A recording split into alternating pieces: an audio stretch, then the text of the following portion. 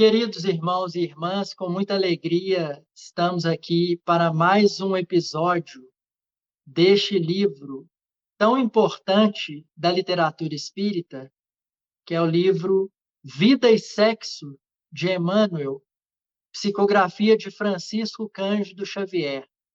Convidados pelo grupo de Fraternidade Espírita Irmã Sheila, Marcelo Orsini e eu estamos estudando cada capítulo e no episódio de hoje vamos ver dois capítulos: Filhos e Pais e Filhos. Vamos começar, Marcelo? Eu queria te perguntar, no início do capítulo intitulado Filhos, foi inserida a explanação de Kardec sobre parentela corporal e parentela espiritual. Poderia comentar? Queridos irmãos, queridas irmãs, nossa saudação, muita paz a todos. Realmente é uma citação de O Evangelho segundo o Espiritismo, que consta do item 8 do capítulo 14 desta obra, intitulado Honrai a vosso pai e a vossa mãe, quando Kardec traz à baila algumas informações muito interessantes para o nosso aprendizado. Então ele diz, por exemplo, que os laços de sangue não criam forçosamente liames, ligações, elos entre os espíritos. Por quê? Porque o corpo procede do corpo. O corpo é matéria, matéria biológica. Mas o espírito não procede do espírito. O espírito não é formado de outro espírito. Somos individualidades, mônadas espirituais. Então o espírito já existia antes da formação do corpo. Por isso, não é o pai que cria o espírito do filho. O pai colabora com a célula que vai gerar o corpo.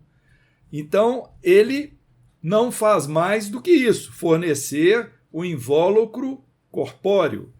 Mas aos pais cabe a obrigação, o dever de auxiliar o desenvolvimento intelectual e moral dos filhos para auxiliá-los a progredir. Portanto, os verdadeiros laços de família não são os laços da consanguinidade, mas são os laços da simpatia, os laços da comunhão de ideias, os quais realmente prendem, imantam os espíritos antes, durante e depois das reencarnações. Por isso, Kardec afirmou que há duas espécies de família. Tem as famílias pelos laços espirituais e as famílias pelos laços corporais.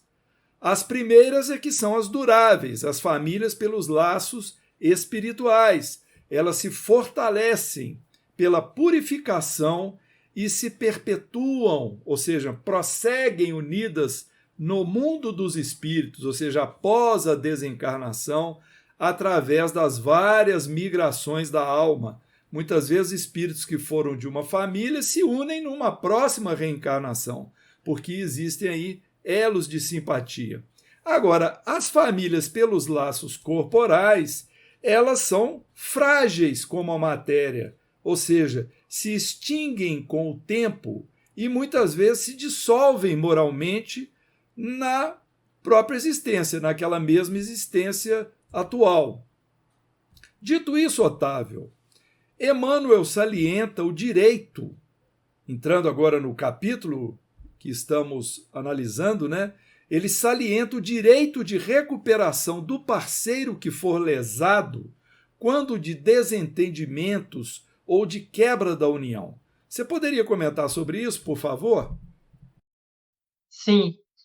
E essa é uma das temáticas que mostra a atualidade desse livro que estamos estudando, Apesar de publicado aí há cerca de 50 anos, ele se revela cada dia mais atual.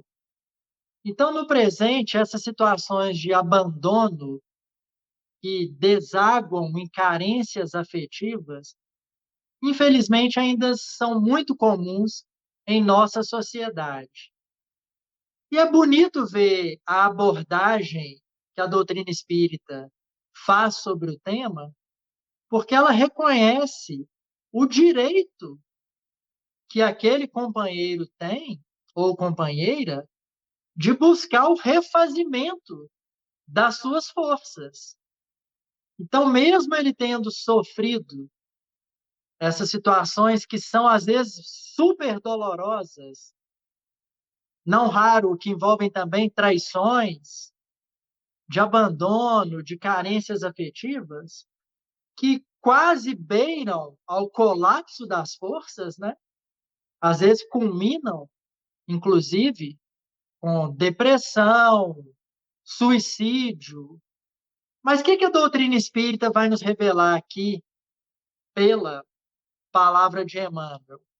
Que é nosso direito, tendo sofrido uma situação dessa de abandono e de esgotamento quase completo das nossas forças psíquicas, é nosso direito, e não estamos falando de direito humano, estamos falando de direito divino, buscar o refazimento. É legítimo que a gente busque refazer as nossas forças, mas não a qualquer custo. E aí Emmanuel vai explicar o seguinte: o companheiro ou a companheira menosprezada no círculo doméstico detém a faculdade de refazer as condições que julgue necessárias à própria euforia, com base na consciência tranquila. Então, essa expressão é chave. Por que Emmanuel está dizendo aqui de consciência tranquila? Porque ele não está nos incentivando. Vamos supor que eu estou numa relação e descubro que a minha companheira está me traindo, por exemplo, traindo a minha confiança, assumindo relacionamentos paralelos com colegas de trabalho ou o que seja. Aí eu vou pensar assim, então eu também vou traí-la. Emmanuel está dizendo que essa nossa busca do refazimento das forças íntimas é sempre bom que façamos com a consciência tranquila. Então, que a gente não pague o mal com o mal. Que a gente busque, não é fácil isso, né? É fácil falar para o outro fazer, mas quando chega a nossa hora do testemunho, é extremamente desafiador. Mas o roteiro cristão é: não pague o mal com o mal. Retribua sempre com o bem nas medidas da sua força. Então, é consequência disso que Emmanuel está chamando de consciência tranquila. Mas ele complementa: não existem obrigações de cativeiro para ninguém nos fundamentos morais da criação.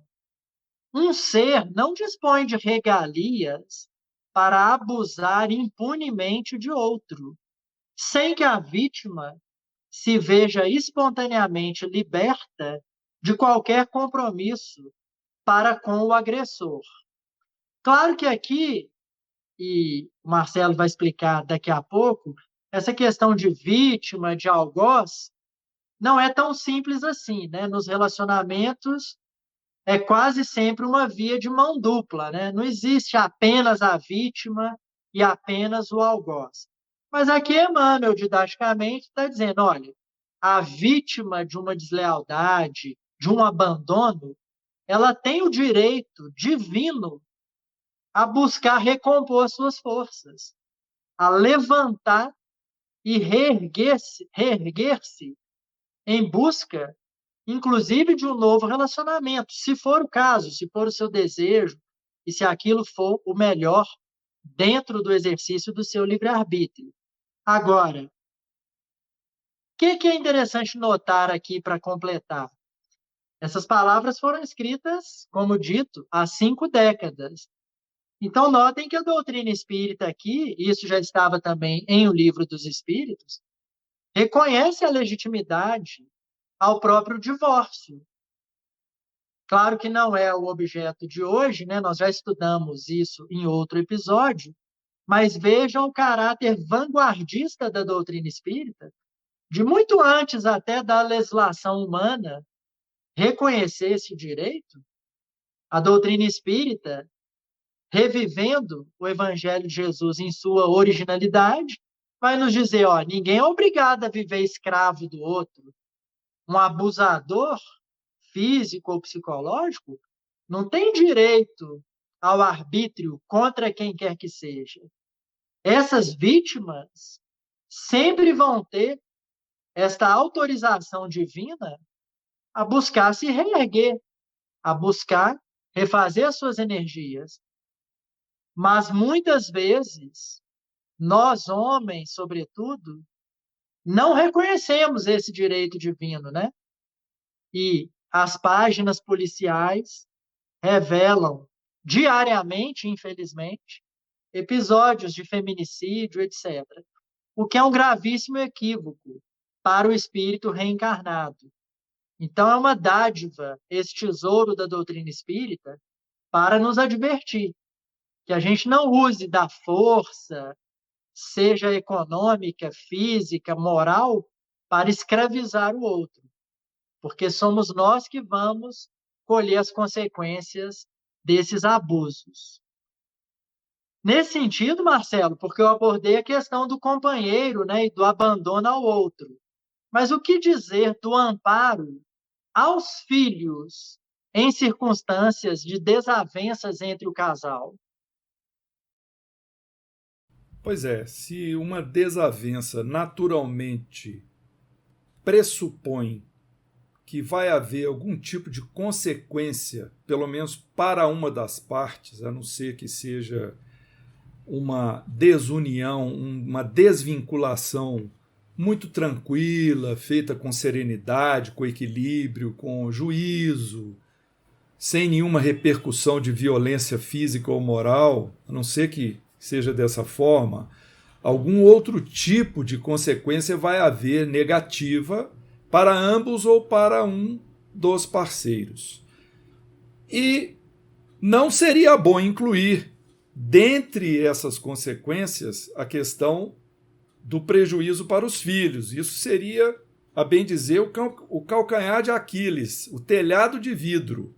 Seria justamente o ponto nevrálgico do problema, a consequência para os filhos, porque aí a repercussão pode ser muito grande para os pais. O que acontece? Naturalmente, como o Otávio explicou, as pessoas têm direito a se recomporem, a se restabelecerem.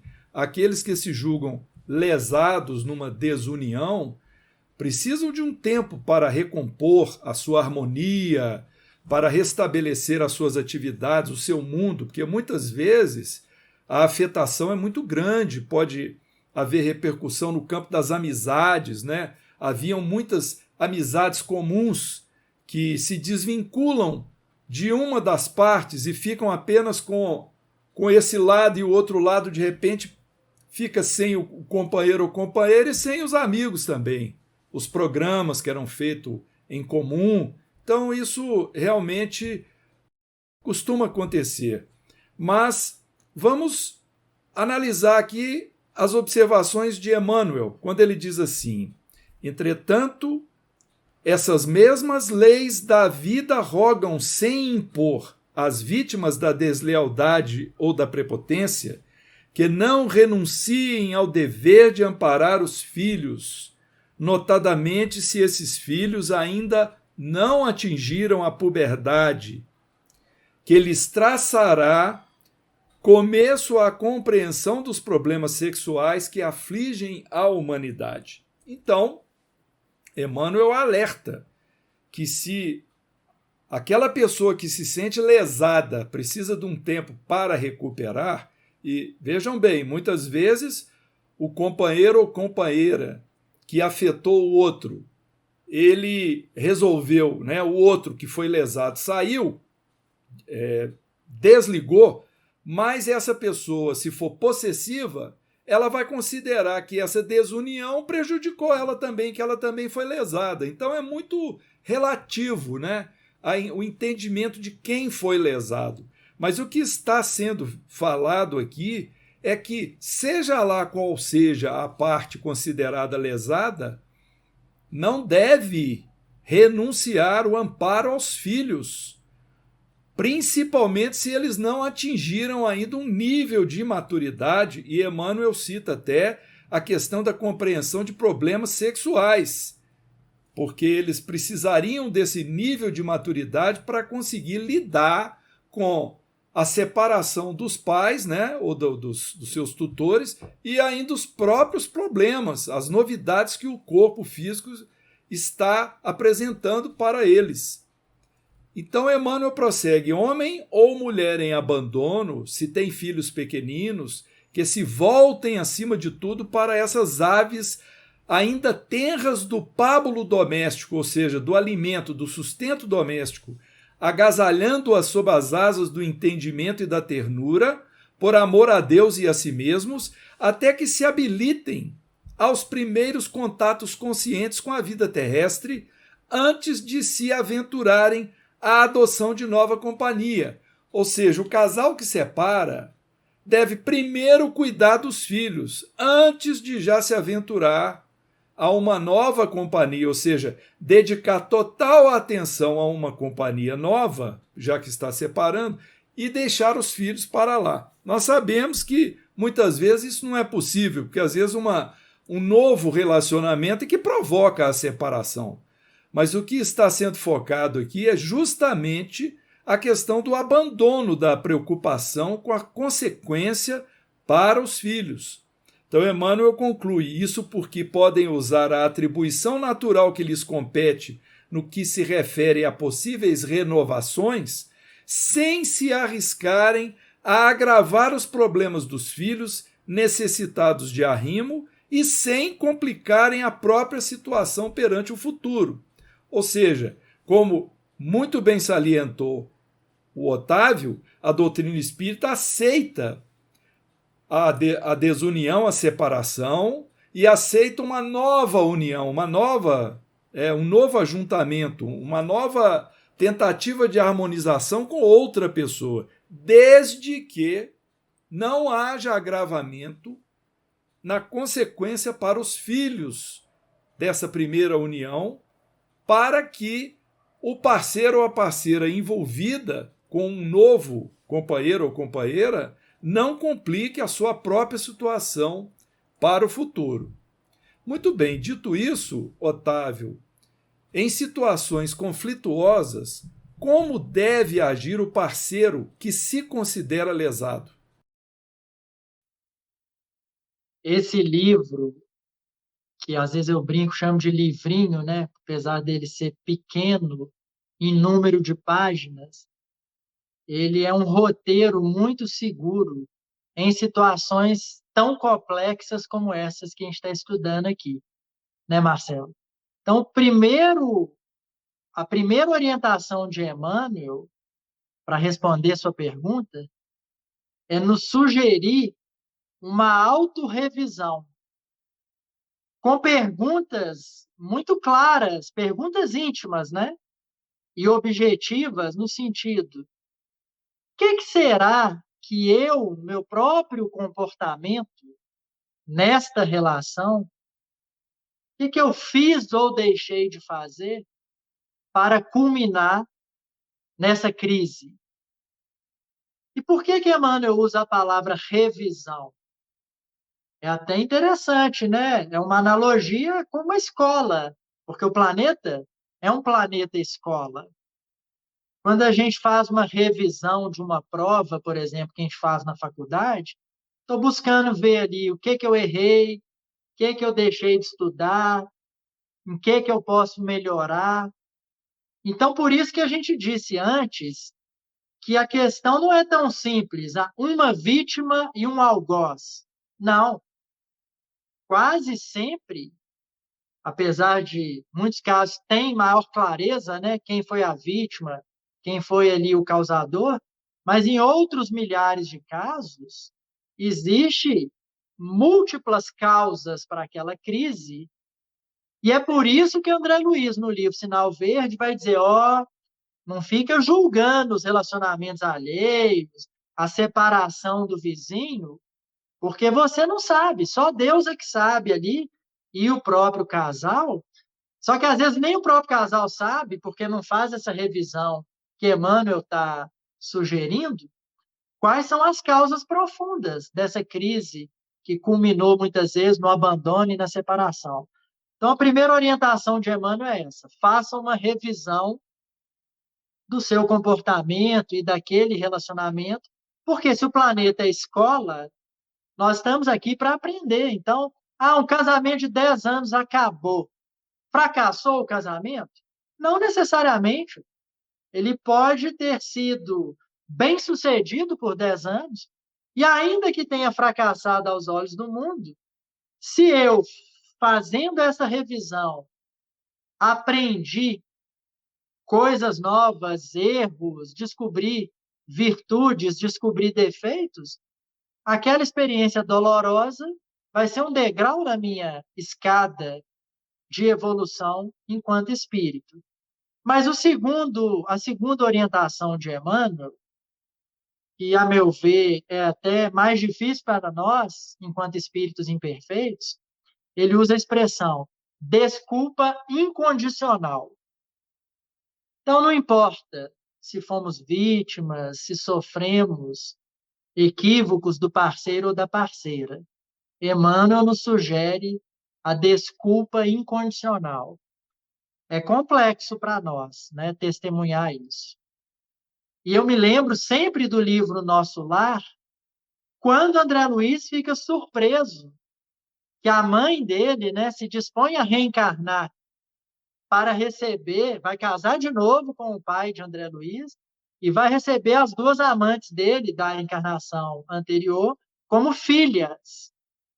Ora, esse é o exemplo que Emmanuel está trazendo aqui da desculpa incondicional. Mas quão bem-aventurados seremos nós se conseguirmos praticar essa desculpa incondicional, ainda aqui encarnados, né? Não é simples, mas Emmanuel nos dá uma chave, nos dá um roteiro. Ele diz assim, que a gente veja esse companheiro ou companheira como um irmão ou como uma irmã. Porque antes de ser o seu marido ou a sua esposa, somos todos irmãos dentro da lei divina de fraternidade universal. Então, se eu não consigo perdoar a minha esposa ou meu marido, Emmanuel nos dá essa chave. Olha, tente olhar para ele ou para ela como um irmão que cometeu erros, ou como um filho, porque a gente às vezes é bem mais tolerante em termos de perdoar um filho do que perdoar um marido ou uma esposa, né? Mas quem sabe a gente consegue educar o nosso olhar e ver o nosso companheiro ou companheira como filho e como irmão, né? É o conselho que Emmanuel nos dá. E ele termina dizendo o seguinte: aprenda o parceiro moralmente danificado que só pelo esquecimento das faltas uns dos outros é que nos endereçaremos à definitiva sublimação. E que nenhum de nós, os filhos da terra, está em condições de acusar nos domínios do sentimento. Por isso que Emmanuel, no prefácio do livro Sexo e Destino, relembra a passagem da mulher adúltera, né? Para dizer assim, olha, ninguém na Terra, nem ele mesmo, ele vai dizer, e aqui ele repete, está em condições de julgar. Os benfeitores, inclusive, de André Luiz na colônia Nosso Lar, o tempo todo falam isso para ele, olha, não se preocupe, porque quem não errou ontem, que atire a primeira pedra. E aí Emmanuel conclui dizendo assim, os virtuosos de hoje podem ter sido os caídos de ontem, e os caídos de hoje serão possivelmente os virtuosos de amanhã, a quem tenhamos talvez que rogar apoio e bênção, quando a justiça eterna nos venha descerrar a imensidão de nossos débitos acumulados em existências que deixamos para trás nos arquivos do tempo. Por isso que a reencarnação é uma bênção, né? Através dessa amnésia temporária, podemos escrever uma página nova. Porque se a gente lembrasse dos equívocos, né, do passado, ficaria muito difícil reconstruir a nossa marcha evolutiva. Por isso que lá na colônia Nosso Lar, André Luiz vai nos trazer como um repórter do além, que é autorizado aos espíritos, notem, hein, numa colônia já equilibrada, consultar 200, 300 anos no máximo. E André Luiz fica curioso, mas por quê? E o benfeitor explica, porque vocês não suportariam ver, conhecer, relembrar o que aprontaram antes disso. Então, todos nós temos ainda milênios de equívocos a resgatar. Que a gente tenha também essa auto-caridade, né, e essa compreensão recíproca. Marcelo, nesse sentido, poderia comentar sobre as agressões ou ingratidões dos pais para com os filhos e vice-versa? Vamos utilizar a menção feita no próprio capítulo ao Evangelho segundo o Espiritismo, no item 9 do capítulo 14, onde se lê: a ingratidão é um dos frutos mais diretos do egoísmo. Revolta sempre os corações honestos, mas a dos filhos para com os pais apresenta caráter ainda mais odioso. E aí nós podemos pensar nos nossos filhos ou nós como filhos. Será que fomos ingratos com os nossos pais? Vamos então caminhar aqui com o pensamento de Emmanuel, quando ele nos diz que não é somente a relação de pais para filhos que assume caráter de importância, mas igualmente a que se verifica dos filhos para com os pais. Ou seja, aí nós começamos a perceber que os filhos vão alcançar um certo nível de entendimento da vida, vão começar naturalmente a experimentar o livre-arbítrio de forma mais intensa, vão tomar as suas decisões e muitas vezes as decisões dos filhos para com os pais são extremamente infelizes e podem provocar neles a geração de processos kármicos, de débitos para com a lei muito graves. Então é preciso que a avaliação seja feita de ambos os lados. A visão tem que ser feita tanto com relação aos tutores, aos pais, quanto com relação aos filhos. E Emmanuel observa: os filhos não pertencem aos pais. Entretanto, de igual modo, os pais não pertencem aos filhos. Então, olha só, como que Emmanuel alerta que os filhos não podem fazer com os pais aquilo que eles bem entendem, assim como a recíproca, né? Talvez os pais podem abusar mais dos filhos quando eles têm tenra idade, mas à medida que os filhos vão ganhando maturidade, vão crescendo até no porte físico, pode acontecer o reverso da moeda. Então Emmanuel continua aqui dizendo assim: os genitores devem especial consideração aos que agridem os filhos e tentam escravizá-los, qual se lhes fosse objeto de propriedade exclusiva. Então, muitas vezes nós observamos esse comportamento. Podemos até nós mesmos ter praticado esse comportamento agressivo, né, de escravização do filho, dando ordens, pedindo para fazer coisas que não é da idade infantil. E nós estamos muitas vezes obrigando os filhos a realizar aqui o nosso desejo para que sirvam como nossos empregados ou para satisfazer as nossas maledicências ou mentiras. Muitas vezes nós tentamos associar os nossos filhos a isso, né? Olha, não conta para sua mãe não, não conta para seu pai não conta para a vovó não.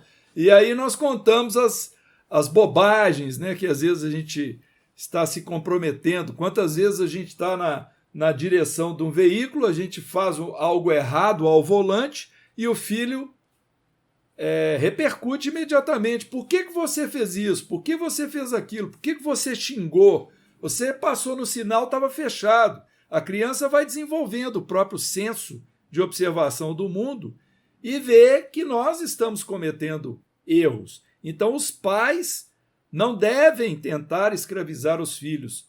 Mas Emmanuel também complementa: todavia, encontramos na mesma ordem de frequência filhos que agridem os pais e buscam escravizá-los, como se os progenitores lhes constituíssem alimárias, ou seja, animais de carga, domésticas. Ou seja, tratam os pais de uma forma animalesca, como se fossem também seus empregados. Então, Emmanuel observa que a reencarnação ela traça rumos nítidos ao mútuo respeito que nos compete de uns para com os outros. Deve haver respeito nessa relação de ambas as partes. Entre pais e filhos, há naturalmente uma fronteira de apreço recíproco que não se pode ultrapassar em nome do amor, sem que o egoísmo apareça, conturbando-lhes a existência. Ou seja, quando a barreira do amor é ultrapassada e adentra o túnel do egoísmo, então nós vamos causar perturbação para aqueles que estivemos escravizando, seja os pais ou os filhos, e naturalmente para nós mesmos, que haveremos de sofrer as consequências. Emmanuel conclui assim: justo que os pais não interfiram no futuro dos filhos, tanto quanto justo que os filhos não interfiram no passado dos pais. Porque muitas vezes os pais complicam o futuro dos filhos com suas más orientações ou com seu comportamento, dando maus exemplos, impingindo aos filhos aquilo que não deveriam, mas também, por outro lado, os filhos, sabedores de como foi a vida dos pais, podem começar com atitudes de condenação, como se fosse fácil, essa questão do julgamento que Jesus tanto nos alertou: não julgueis para não seres julgados, porque a lei de causa e efeito ela vai nos julgar com a mesma moeda com que nós julgamos. Que dirá então quando fizermos julgamentos errôneos com relação aos nossos pais, que têm o seu universo próprio, como qualquer um tem, que viveram experiências diferentes das nossas, como filhos, e que tenhamos então essa cautela de não tentar interferir ou julgar no passado dos pais. Aí nós questionamos: Otávio, é possível conhecer os vínculos espirituais entre pais e filhos? Marcelo, os vínculos entre pais e filhos são muito mais complexos do que a gente poderia imaginar. E é com a doutrina espírita que nós vamos aprender que existem princípios kármicos profundos respaldando estas relações entre pais e filhos. E isso é muito interessante, Porque imagina uma mãe que olha ali para um bebezinho e ela não imagina, se não tem, esse conhecimento que, graças a Deus, nós temos com a doutrina espírita, não imagina que ali naquele corpinho infantil tem um espírito multimilenário que muito provavelmente já vivenciou diversas experiências com ela, sendo filho dela outras vezes, talvez sendo marido, sendo avó, enfim. Então, apesar de, aos olhos nossos aqui, quando encarnados, não conseguirmos penetrar estes vínculos, à medida que a gente vai estudando a doutrina espírita e meditando sobre ela, vamos descobrindo que quase sempre existem profundas ligações entre pais e filhos, entre mães e filhos. Isso é muito bonito. Isso ajuda-nos até a compreender a profundidade desse amor, né? Porque se fosse a primeira vez, como alguns acreditam, e a gente tem que respeitar, o espírito daquele bebezinho nasceu ali junto com o corpinho, é claro que não. Se a gente usar nossa capacidade racional, a gente vai percebendo que um amor tão forte e um vínculo, que às vezes nem é ainda amor, né? Pode ser um amor adoentado, porque às vezes os relacionamentos entre pais e filhos, né, tem ainda ódio, mágoa, etc., mas nunca a indiferença, né? Então, nessas relações tão fortes, é intuitivo a gente perceber que elas não nasceram ali com o parto dessa encarnação. Então, existem liames profundos e multimilenários. E é exatamente isso que Emmanuel vai nos esclarecer nessa resposta. Mas ele fala: olha, a gente só vai entender isso no mundo das causas, ou seja, no plano espiritual. E não é de imediato também, não. Logo que desencarnou, já vai entender tudo? Não. Muitas vezes, como estávamos comentando, mesmo numa colônia espiritual, só nos é permitido acessar 200, 300 anos, porque senão a gente muitas vezes desencadearia processo de loucura, etc. Mas, Emmanuel conclui, à vista disso, invoque-se o auxílio de religiosos, professores, filósofos e psicólogos, a fim de que a excessiva agressividade filial não atinja as raias da perversidade ou da delinquência para com os pais, e nem a excessiva autoridade dos pais venha violentar os filhos em nome de extemporânea ou cruel desvinculação. Então, é o que você estava explicando na resposta anterior. Mesmo nesses relacionamentos complexos, né, entre pais e filhos, onde existe ali agressividade, abusos, o que Emmanuel está dizendo? Olha, busquemos auxílios, não só da doutrina espírita, da psicologia, da psiquiatria, de religiões bem orientadas. Né? A doutrina espírita não quer ser a única que vai auxiliar outras religiões bem orientadas, né? Emmanuel vai esclarecer isso no prefácio do livro Nosso Lar, muito mais do que doutrina espírita, o que a Terra precisa é espiritualidade, no sentido de vencermos o materialismo, não olharmos para as coisas só com os olhos do corpo.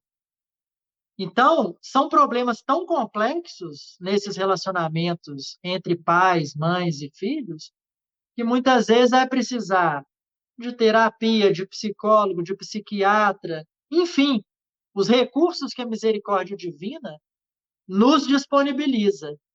Mas, sinceramente, sem nenhuma pretensão, é na doutrina espírita que nós vamos encontrar com a melhor clareza as causas complexas desses relacionamentos que precisam ser refeitos. E a partir daí que nós temos um roteiro seguro para vencer e nos libertar dessas dificuldades criadas por nós próprios. Marcelo Emmanuel afirma que nunca é lícito o desprezo dos pais para com os filhos e vice-versa. Poderia comentar para nós? Nós já falamos aqui a respeito de indiferença, também comentamos a respeito de agressões, seja físicas ou morais, de ambos os lados. E o que seria o desprezo? Se não tudo isso, ou seja, uma atitude agressiva, uma atitude indiferente, é uma forma de desprezo. É fugir ao compromisso, o compromisso reencarnatório de cuidar daquela criatura. Até o filho adotivo, muitas vezes, nós conhecemos o caso de um casal que o filho biológico de 3 anos desencarnou numa mesa de cirurgia quando ele tomou lá a anestesia, houve a parada cardíaca, até fiquei sabendo que não é muito incomum esse tipo de ocorrência, mas depois de alguns anos, o casal, restabelecido o choque emocional, procuraram um esquema de adoção e foram para o interior e encontraram aí num convento, num lugar, eu não me lembro, não me recordo, também não vem ao caso detalhes, adotaram uma criança, a criança inclusive de outra raça, que não seria a sua própria raça. E a esposa, a mãe, que não me conhecia, mas ela confessou para mim num encontro que nós tivemos que ela sentia que aquele menino era o verdadeiro filho dela, tamanha afinidade que ela sentia por ele. Então veja bem, em termos espirituais, você pode ter biologicamente um filho que é um inimigo, vamos dizer, um adversário de outrora, e encontrar ali ao lado, né, um filho gerado por outro casal, um espírito com total afinidade. Então a questão de desprezar o filho ou desprezar o pai, ela vai gerar impacto para a própria pessoa e para a estrutura familiar. Ou seja, o que foi programado em termos reencarnatórios, aquele reencontro das almas, seja no campo da consanguinidade ou não, vai justamente demandar que o espírito procure vencer as dificuldades, superar as diferenças, como nós já explicamos durante todo esse vídeo, né? Então, Emmanuel vai fazer essa afirmação que nunca é lícito desprezar os filhos ou os pais, ou seja, tanto de um lado quanto de outro. E Emmanuel alerta, dizendo que a existência terrestre é muito importante no progresso e no aperfeiçoamento do espírito.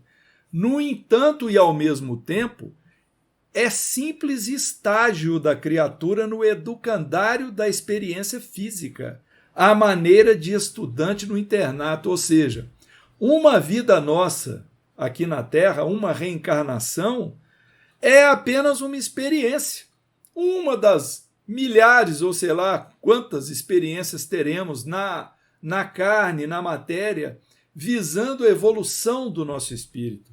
Então, se nós conseguirmos, na experiência familiar, na experiência como filhos ou como pais, cumprir os ditames da lei de amor e de caridade, cumprirmos os ditames do respeito e ajudarmos as criaturas que estão ao nosso lado a progredirem, nós teremos êxito naquela encarnação e poderemos enfrentar encarnações futuras de uma forma mais favorável para nós, espiritualmente falando.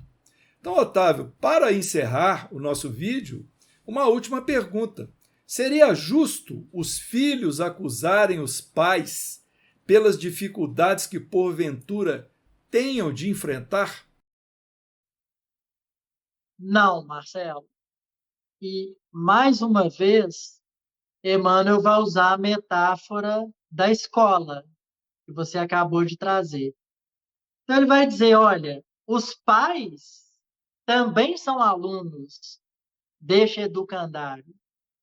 Muito embora os filhos possam ser esses aprendizes iniciantes nesta presente encarnação, mas os pais e mães, a bem da verdade, não são professores na metáfora, são também alunos, também estão em luta, também estão matriculados na escola.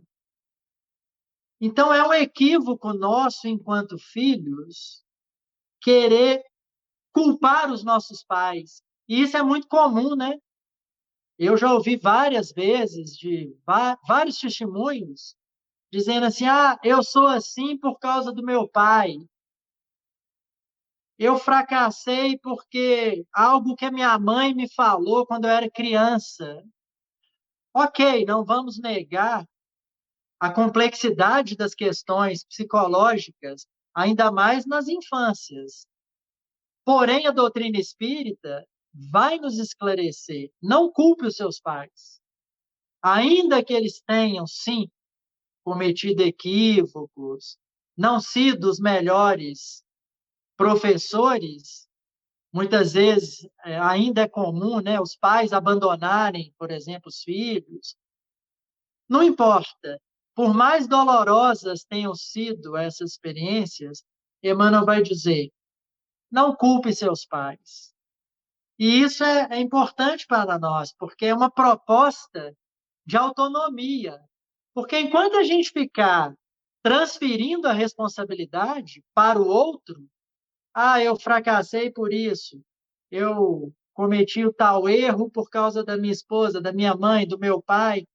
Enquanto a gente terceirizar as responsabilidades, nós não vamos evoluir.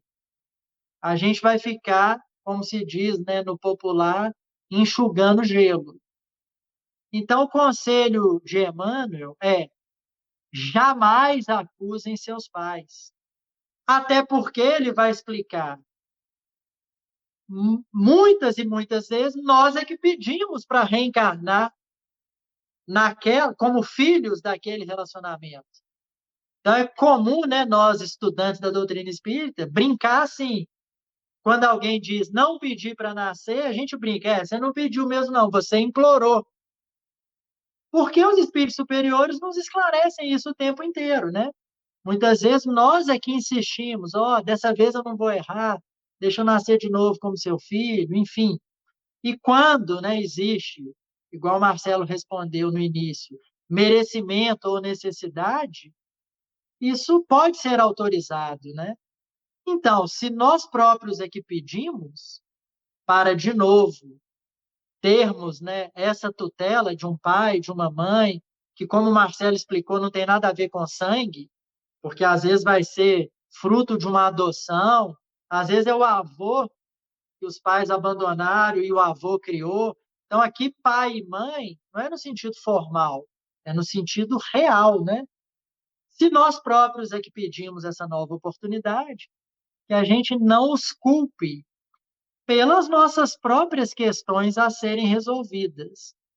Então, Emmanuel finaliza dizendo assim: se, de novo, fomos trazidos à oficina de valores físicos, de cujos instrumentos se mostravam nós carecedores, a fim de seguirem rumo correto no encalço da própria emancipação, não nos cabe condenar os nossos pais, cabe-nos tentar compreendê-los e aproveitar da melhor maneira possível aquilo que eles nos legaram com seus testemunhos, com seus erros, né? Quando a gente é criança, a gente acha que o pai e a mãe são super-heróis, são perfeitos, mas ao longo do tempo a gente vai percebendo que não, que eles são alunos como nós, mas são irmãos que têm muito a nos ensinar, inclusive nos equívocos. Então, com isso, terminamos aí esse episódio, agradecendo uma vez mais a oportunidade que o Grupo Sheila nos oferece de estudar sobre temas tão ricos. Paz e alegria e até a próxima.